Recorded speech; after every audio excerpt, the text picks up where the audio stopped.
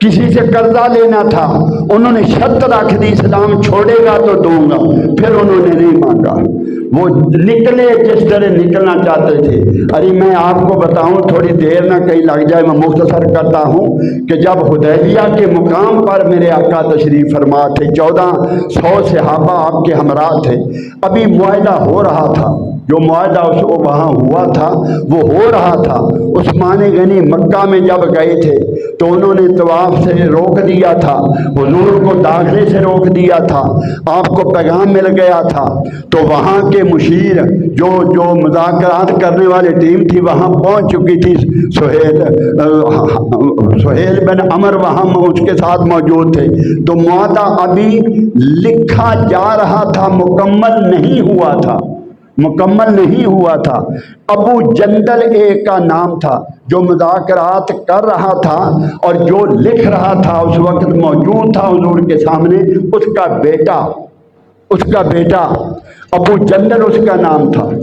بار شور ہوا، ایک دم میرے آقا نے باہر دیکھا تو چند صحابہ اس ابو جندل کو اندر لے آئے، اس کے پاؤں میں اتنے بڑے سنگل تھے، زنجیریں تھیں، جسم پہ زخم تھے اور جگہ جگہ جسم پہ زخم تھے، خراشیں تھیں، وہ مکے سے چھپ کے آیا تھا، انہوں نے قید کر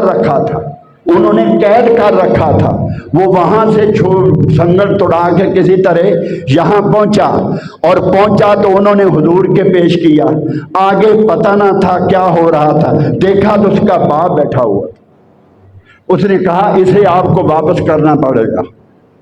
میرے آقا نے فرمایا ابھی معاہدہ نہیں ہوا، ابھی لکھا نہیں گیا، ابھی معاہدہ لکھا نہیں گیا۔ اس نے کہا اگر لکھا نہیں گیا تو پھر معاہدہ ہی کوئی نہیں، کاغذ پر پھر معاہدہ ہی کوئی نہیں، لیکن حکمت تھی کہ معاہدہ کرنا ہے، حکمت یہ تھی کہ معاہدہ کرنا ہے۔ اب میرے آقا صلی اللہ علیہ وسلم نے فرمایا اچھا چلو لے جا، اور جب میرے آقا کی زبان اقدس سے یہ نکلا، وہ ابو جندل پکارا، یا رسول اللہ مجھے ان کے حوالے نہ کرنا، اب مجھے ان کے حوالے نہ کرنا، میں دیکھو میرے پاؤں میں سنگل، میں میل چل کے آیا ہوں، نکیلے پتھروں کے کتنے دن ہو گئے مجھے، میں چلتا آ رہا ہوں، ان سنگلوں کو کھینچتا آ رہا ہوں، بڑی مشکل سے یہاں پہنچا ہوں، مجھے پتا چلا تھا میرے آقا حدیبیہ میں ہیں، بڑی مشکل سے یہاں پہنچا ہوں، یا رسول اللہ مجھے حوالے نہ کرنا۔ میرے آقا نے فرمایا جہاں اتنا صبر کیا تھوڑا اور صبر کر لے۔ وہ ایسا رویا، ایسا پیٹا، ایسی اس نے چیخیں ماری کہ صحابہ تک کی چیخیں نکل گئی، صحابہ کی چیخیں نکل گئی۔ اس وقت حضرت عمر میرے آقا کی بارگاہ میں آئے تھے، یا رسول اللہ آپ اللہ کے رسول نہیں؟ میرے آقا نے فرمایا بے شک رسول، جو آپ دین لے کے آئے ہیں وہ حق نہیں؟ فرمایا بے شک حق ہے۔ تو پھر یہ کیا ہو رہا؟ مطلب کیا تھا کہ صحابہ چاہتے تھے لڑ کے مر جائیں گے، اب اسے واپس نہیں آنے دیں، اس کی آہو بقا اتنی تھی، لیکن وہ دے گئے۔ میرے آقا مسکرائے، فرمایا اور صبر کرو۔ حکمت یہ تھی، بعد میں سب کو سمجھ آ گئی، اتنے اس طرح لوگ مکے سے نکلتے تھے، انہیں نہیں پتا تھا کہ یہاں فضیلتوں والی چیزیں ہیں، ارے انہوں نے ان سے پوچھتے تھے لوگوں، یہاں 1,00,000 نماز کا ثواب ملتا ہے، یہاں کعبہ ہے 1,00,000 کا ثواب ملتا ہے، ارے وہ کہتے تھے ثواب تم لو ہم دیدار کریں گے، یہاں کعبہ ہے وہاں کعبے کا کعبہ ہے۔ صحابہ کو سب پتا تھا، لیکن چھوڑ کے وہاں کیوں چلے جاتے تھے، چھوڑ کے سب کچھ وہاں کیوں چلے جاتے تھے؟ ہائے اب میں وہاں پہنچ گیا ہوں جس کے لیے شروع ہوا تھا۔ دنیا لپکتی تھی، یہاں سے دوڑ کے جاتی تھی، یہاں سے دوڑ کر جاتی تھی۔ ایک وقت آئے گا کعبہ یہاں سے اٹھ جائے گا، ایک وقت آئے گا کعبہ یہاں سے اٹھ جائے گا، اللہ اٹھا لے گا، فرشتے اٹھا لیں گے، خدا کی بارگاہ میں جائے گا، کعبہ یہاں سے اٹھ جائے گا، خدا کی بارگاہ میں جائے گا، اور اس سفر میں جب جا رہا ہوگا، اس سفر میں میرے آقا نے فرمایا میرے روضے پہ جاتا ہوا وہاں کی طرف سے جائے گا اور مجھے آواز دے گا محمد صلی اللہ علیہ وسلم، میں جا رہا ہوں، میں جا رہا ہوں، میں جا رہا ہوں، جس نے میری دیدار کیا اس کی شفاعت سفارش میں کروں گا، جس نے جو یہاں ہیں ان کی شفاعت آپ فرمائیں گے، ان کی شفاعت آپ فرمائیں گے۔ یہاں کے لیے تو یہ حکم آیا کہ کعبہ اٹھ جائے گا، خدا کی بارگاہ میں چلا جائے گا اور مصطفیٰ سے روضے کے سے ہو کر آئے گا۔ اب میرے آقا صلی اللہ علیہ وسلم کب جائے گا؟ جب ایماندار ایک بھی نہیں ہوگا۔ سنتے آئیے، سنتے آئیے، ان باتوں کو لکھ لو لوگوں، لکھ لو، یہ بولنے والی نہیں۔ جہاں جب کوئی ایماندار نہ رہے گا کعبہ اٹھا لیا جائے گا، کعبہ اٹھ جائے گا۔ جب کعبہ اٹھ جائے گا تو ظاہر ہے پھر پیچھے کیا بچے گا؟ اب میرے آقا نے فرمایا ساری دنیا کا ایمان سمٹ کے میرے مدینے میں آ جائے گا، ساری دنیا کا ایمان سمٹ کے میرے مدینے میں آ جائے گا۔ اب روئے زمین پر اگر اہل مدینہ ایماندار ہوں گے وہ کہاں ہوں گے؟ وہ مدینہ میں ہوں گے۔ کہاں ہوں گے؟ وہ مدینہ میں ہوں گے۔ ساری دنیا کا ایمان سمٹ کر میرے مدینے میں آ جائے گا۔ ہائے ہائے ہائے ہائے، ساری دنیا کا ایمان سمٹ کر میرے مدینے میں آ جائے گا۔ اب تاجدار کائنات صلی اللہ علیہ وآلہ وسلم نے فرمایا ما من یطلع الانزل سبعون الف من الملائکۃ، کعبے جاتے ہو وہاں طواف کرتے ہیں، کعبے جاتے ہیں وہاں طواف کرتے ہیں، کون؟ انسان، کون؟ انسان طواف کرتے ہیں، حجر اسود کو چومتے ہیں، وہاں انسان طواف کرتے ہیں۔ میرے آقا نے فرمایا ما من یطلع الانزل سبعون الف من الملائکۃ حتی یخفوا بقبر رسول اللہ یضربون باجنحتہم یصلون علی رسول اللہ۔ روزانہ 70,000 فرشتے آسمان سے آتے ہیں۔ ما من یطلع الانزل سبعون الف من الملائکۃ، 70,000 فرشتے آسمان سے اترتے ہیں، اجازت لے کے آتے ہیں، اور کہاں آتے ہیں؟ میرے آقا کے روضہ اطہر پر قبر اطہر کا طواف کرتے ہیں، قبر اطہر کا طواف کرتے ہیں، اپنے پروں کو قبر مصطفیٰ پہ مس کرتے ہیں اور درود و سلام پڑھتے ہیں، اور درود و سلام پڑھتے ہیں۔ جو ایک دفعہ آ جاتے ہیں قیامت تک اس کی باری نہیں آتی، جو ایک دفعہ آ جاتے ہیں قیامت تک پھر ان کی باری نہیں آتی۔ جہاں انسان طواف کرتے ہیں وہاں خدا کے فرشتے طواف کرتے ہیں۔ ہر کوئی آرزو مند ہے خدا کی بارگاہ میں، ہر کوئی آرزو مند ہے خدا کی بارگاہ میں۔ باری تعالیٰ مصطفیٰ پہ روزے پہ جانے کی اجازت دے، باری تعالیٰ مصطفیٰ کے روزے پہ جانے کی اجازت دے، مصطفیٰ کے روزے کا دیدار عطا کر۔ یہ آرزویں کون کرتا ہے؟ یہ اللہ کے فرشتے کرتے ہیں، یہ جنت کے فرشتے کرتے ہیں، یہ آسمانوں کے فرشتے کرتے ہیں، اور جو ایک دفعہ آ جاتا ہے قیامت تک پھر ان کی باری نہیں آتی، قیامت تک پھر ان کی باری نہیں آتی۔ آگے آؤ، آگے آؤ۔ ایک تو یہ ہے کہ 70,000 فرشتے۔ اب میرے آقا نے فرمایا ما من بیتی و منبری، کعبہ وہاں سے اٹھائے گا، کعبہ وہاں سے اٹھائے گا۔ اس کے بعد پھر کیا ہوگا؟ میرے آقا صلی اللہ علیہ وسلم نے فرمایا پھر حشر بپا ہوگا، پھر حشر بپا ہوگا۔ میرے آقا نے فرمایا ما من بیتی، حجرہ اقدس کا دروازہ میرا گھر ہے، ما من بیتی و منبری، اور میرا ممبر، میرا گھر اور میرا ممبر کا جو علاقہ ہے یہ جنت کے باغوں میں باغ ہے، یہ جنت کے باغوں میں باغ ہے۔ عورتیں کہا کرتی ہیں جو مرے پہ جاتی ہیں، وہ کہتی ہوتی ہیں رحمت کی کیاریاں، جہاں سفید قالین بچھے ہیں، عمرے والوں جنہیں مبارک ہو جنہیں اللہ نے دیدار عطا فرمایا۔ حاجی صاحبان جہاں سفید قالین بچھے ہیں، وہ رحمت کا وہ علاقہ ہے۔ میرے آقا نے فرمایا ما من بیتی و منبری روضۃ من ریاض الجنہ، یہ جنت کے باغوں میں سے باغ ہے جہاں میرا گھر ہے اور میرا ممبر ہے۔ اور میرے آقا نے فرمایا میرا ممبر حوض کوثر پر ہے، میرا ممبر حوض کوثر پر ہے۔ ایک جگہ فرمایا ما من نبی صلی اللہ علیہ وسلم، ما من نبی صبر صلی اللہ علیہ وسلم فادخلی علی احد صلاته علی المیت ثم انصرف الى المیت ثم انصرف من المنبر وانا من الحوض لانظر الى حوضی الان وانی اوتیت مفاتیح خزائن الارض او مفاتیح الارض وانی واللہ لانظر الى حوضی، لوگو انی اوتیت مفاتیح خزائن الارض او مفاتیح الارض۔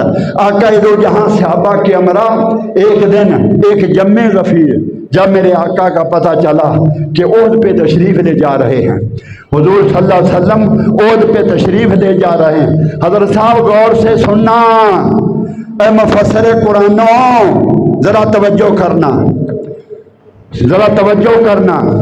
میرے آقا صلی اللہ علیہ وسلم صحابہ کے ہمراہ جلوس کی شکل تھی، جلوس کی۔ کہاں جا رہے ہیں؟ شہدائے احد کی قبروں پہ۔ یہ بخاری اور مسلم کی متفقہ حدیث ہے۔ شہداء کی قبروں پہ میرے مصطفیٰ تشریف لے جا رہے ہیں، اور وہاں جا کر حضور صلی اللہ علیہ وسلم نے نماز پڑھائی۔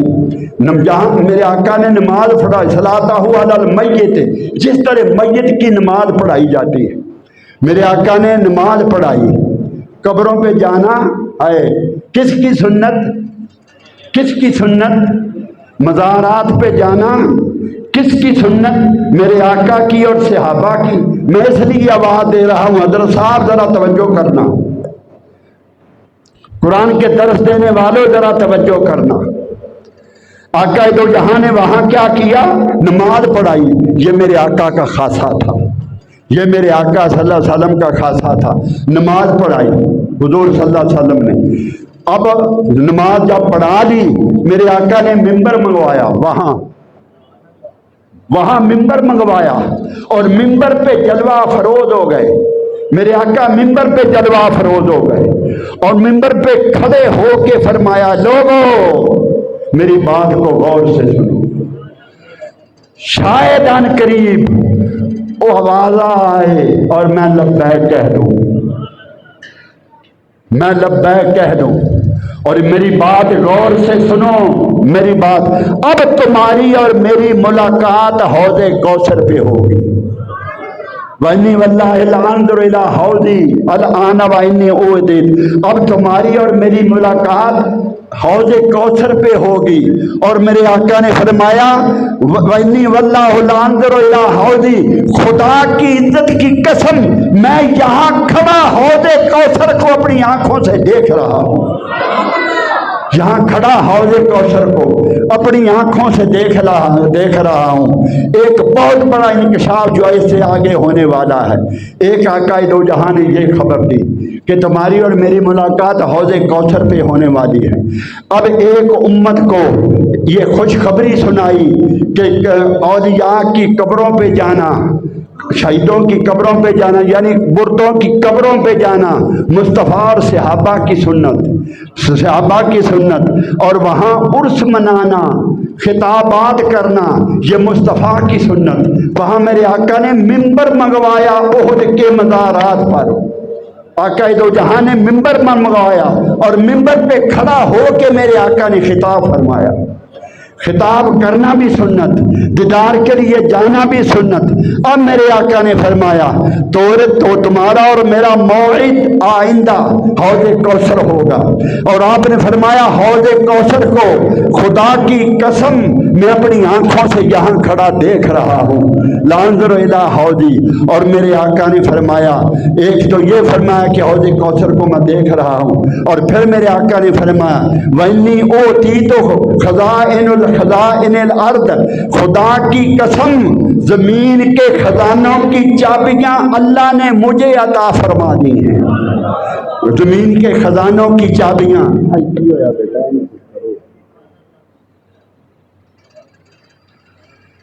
زمین کے خزانوں کی چابیاں اللہ نے مجھے عطا فرما دی ہیں، زمین کے خزانوں کی چابیاں، اور زمین کے خزانوں کی چابیاں اللہ نے مجھے عطا فرما دی ہیں۔ انما انا قاسم واللہ یؤتی، ہائے ہائے، عطائیں میرا خدا کرتا ہے، تقسیم میں کرتا ہوں، تقسیم میں کرتا ہوں۔ جہاں مصطفیٰ بڑا کا دست اقدس بڑا، جس طرف بڑا اسے غنی کر دیا، دست اقدس پھیرا اسے غنی کر دیا۔ پچھلے جمعہ المبارک پر یہ خطابات آپ سنتے آئے ہیں، خزانوں کی چابیاں اللہ نے مجھے عطا فرما دی ہیں، اور پھر آپ نے فرمایا وَإِنِّي وَاللَّهُ، مجھے اب خوف نہیں۔ توجہ کرے آجے، وہی میں انہیں مولوی صاحب کو کہتا ہوں توجہ کرنا، یہ بخاری کی حدیث اور مسلم کی متفق علیہ حدیث ہے۔ آپ نے فرمایا اس کے بعد اب مجھے خوف نہیں رہا کہ میری امت شرک میں مبتلا ہو جائے۔ یہ بات سب سے ضروری ہے تھی جو میں آج کہنے والا تھا۔ اس کے بعد ان تشرکوا بعدی، مجھے یہ خوف نہیں رہا کہ میرے بعد میری امت شرک میں مبتلا ہو جائے گی۔ 1,24,000 پیغمبر اس مصیبت میں پڑے رہے، ایک جاتا تھا امت شرک میں مبتلا ہو جاتی تھی، پھر نبی آتا تھا، وہ انہیں اپنی طرف بلاتا تھا، عقیدے درست کرتا تھا، وہ جاتا تھا، امت پھر شرک میں مبتلا ہو جاتی تھی، پھر تیسرے کو بھیجنا پڑتا۔ 1,24,000 پیغمبر اسی مصیبت میں پڑے رہے۔ اب تاجدار کائنات صلی اللہ علیہ وسلم کا وقت آیا، ختم نبوت کا تاج پہن کر آئے۔ اس کے بعد ایک بار کسی نبی نے آنا نہ تھا، میرے آقا نے خوشخبری سنائی کہ میں اس فکر کے بغیر جا رہا ہوں کہ میری امت شرک میں مبتلا ہو جائے گی۔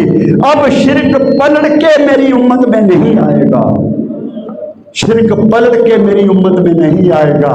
حضرت جی، قبروں پہ جانا شرک نہیں، جاری منانا شرک نہیں، میلاد منانا شرک نہیں، شرک نہیں۔ عوام کو بیوقوف بنانے کے لیے کوئی اور بہانہ تلاش کرو، یہ پرانا ہو گیا، اس سب کچھ کا رد ہو گیا ہے، شرک امت مسلمہ میں ختم ہو گیا ہے۔ میرے آقا نے اعلان فرما دیا تھا کہ میری امت کے بعد شرک نہیں ہوگا، البتہ خوف کے ولا خاف علیکم ان تنافسوا فیہا، اس بات کا خوف ہے میری امت دنیا کے لالچ میں مبتلا ہو جائے گی۔ یہ سب کچھ تمہیں نظر آ رہا ہے، یہ سب کچھ ہمیں نظر آ رہا ہے کہ دنیا کے لالچ میں میری امت مبتلا ہو جائے گی۔ یہ سب کچھ موجود ہے، یہ سب کچھ موجود ہے۔ اگر یہ نہ مانا کہ شرک واپس نہیں پلٹ کے شرک آ جائے گا، تو پھر یہ بھی معاذ اللہ ثم استغفر اللہ، نبی کی بات کو معاذ اللہ جھوٹ سمجھنا پڑے گا کہ نبی کا کہنا درست نہ ہوا، پھر امت بھی دنیا کی محبت میں مبتلا نہیں ہو۔ اپنے ایمان کو سلامت رکھنا، یہ نہ سوچنا، اپنے ایمان کو خدا کے لیے سلامت رکھنا کہ میرے آقا کا کہا صحیح نہیں ہوا۔ میرے آقا نے فرمایا امت شرک کے نہیں آئے گا، جیسے شرک کی رت صبح شام ہم لگاتے ہیں، یہ شرک نہیں ہے، میلاد منانا شرک نہیں ہے، قبروں پہ جانا شرک نہیں ہے، دعا مانگنا شرک نہیں ہے، قبروں پہ خیرات تقسیم کرنا شرک نہیں ہے، دعا مانگ کے مانڈواں شرک نہیں ہے، اہل بیت کے لیے لنگر پکا کر تقسیم کرنا شرک نہیں ہے، کلام پڑھ کے بخشنا شرک نہیں ہے، کلوں کا ختم دلوانا شرک نہیں ہے، فاتحہ کا ختم دعا مانگ کے قرآن پڑھ کے انہیں بخش کے پھر خیرات لوگوں میں تقسیم کرنا شرک نہیں ہے، اسے شرک نہیں کہا جاتا۔ میرے آقا نے فرمایا شرک واپس پلٹ کے نہیں آئے گا۔ یہ بات تو ایک ہو گئی، یہ بات تو ایک ہو گئی۔ اب آخری منٹ ہے، آخری منٹ 2-3 منٹ میرے آقا صلی اللہ علیہ وسلم نے فرمایا، میرے آقا نے فرمایا جو میرے مدینے میں رہا، جس نے میرے مدینے میں سکونت اختیار کی، جتنے میرے مدینے میں سکونت پذیر رہے، میں قیامت کے دن ان کی شفاعت کروں گا۔ ان کی شفاعت مجھ پہ واجب ہو گئی، ان کی شفاعت مجھ پہ واجب ہو گئی، دیدار کرنے والے کی شفاعت واجب ہو گئی، وہاں سکونت اختیار کرنے والے کی شفاعت واجب ہو گئی۔ اور اب میرے آقا نے فرمایا وہاں جو رہے اور تکلیفیں آئیں، تکلیفیں برداشت کرے، ہائے ہائے، اور ہر شے کا صلہ اسے قدرت عطا فرمائے گی، میں اس کی شفاعت کروں گا، میں اس کی شفاعت کروں گا۔ ارے وہ امام، ہائے ہائے ہائے، وہ امام جو 20 سال زندگی بھر مسجد نبی میں رہے، 20 سال تک حدیث کا درس دیتے رہے، 20 سال حدیث کا درس دیتے رہے، اور وہ حضرت امام مالک کسی نے پوچھا حضرت ہر سال لوگ حج کے لیے جاتے، حج کے لیے ہر سال لوگ جاتے، آپ کی شریعت میں، یعنی جو آپ کی شریعت میں آپ کے فقہ کے بانی ہیں، آپ ایک مذہب کے بانی ہیں، آپ کی شریعت میں وہ نفلی جو حج ہے یہ جائز نہیں؟ فرمایا بے شک جائز۔ عمرہ جائز نہیں؟ فرمایا بے شک جائز۔ لوگ ہر سال جاتے ہیں، آپ نہیں جاتے۔ اس جواب کو آپ بول کر جاتے۔ محبت والوں سنو، یہ سب کے لیے نہیں، ہر ایک کو اس بات کی سمجھ نہیں آئے گی، تو آپ کیوں نہیں جاتے؟ ہائے، مکے جاؤ، 1 لاکھ کا نماز کا ثواب، حجر اسود کے بوسے، صفا مروہ کے درمیان صحیح، کتنا کچھ ہے وہاں زیارتیں کرنے والا، تو آپ کے مذہب میں یہ سب کو جائز نہیں؟ فرمایا جائز ہے، تو پھر آپ جاتے نہیں، جواب بول کر جاتے۔ جب کسی کا اصرار پڑا تو آپ نے فرمایا یعنی اس بات کو روزانہ نہ پوچھا کرو، میں ڈرتا مدینے سے باہر نہیں نکلتا، کہیں ادھر جانے لگا راستے میں موت نہ آ جائے، میں چاہتا ہوں کہ مجھے موت آئے مصطفیٰ کے قدموں میں آئے، مجھے مدینے میں آئے، میں مروں تو مدینے میں مروں، مصطفیٰ کے قدموں میں مروں، مصطفیٰ کے قدموں میں مروں۔ لوگوں، میں مروں تو مدینے میں مصطفیٰ کے قدموں میں مروں، جئیں تو مصطفیٰ کی یاد میں جئیں، گائیں تو مصطفیٰ کے ترانے گائیں، بولیں تو مصطفیٰ کے گیت بولے، مصطفیٰ کی نعتیں بولیں، اس طرح مصطفیٰ کے غلام بنے رہو، مصطفیٰ کے غلام بنے رہو۔ میں نے ایک نعت خاں کی نعت سنی تھی، اس کا شعر یہ ہے کہ قیامت کے دن جب وہ پکڑیں گے، ہائے وہ پکڑیں گے، قبر میں جب فرشتے پکڑیں گے، آواز آئے گی میں مصطفیٰ ہوں، اسے چھوڑ دو یہ میرا ہے، شاید ادھر سے یہ آواز آ جائے۔ اللہ پاک ہمارے حال پہ لطف و کرم فرمائے۔ وآخر دعوانا ان الحمدللہ رب العالمین۔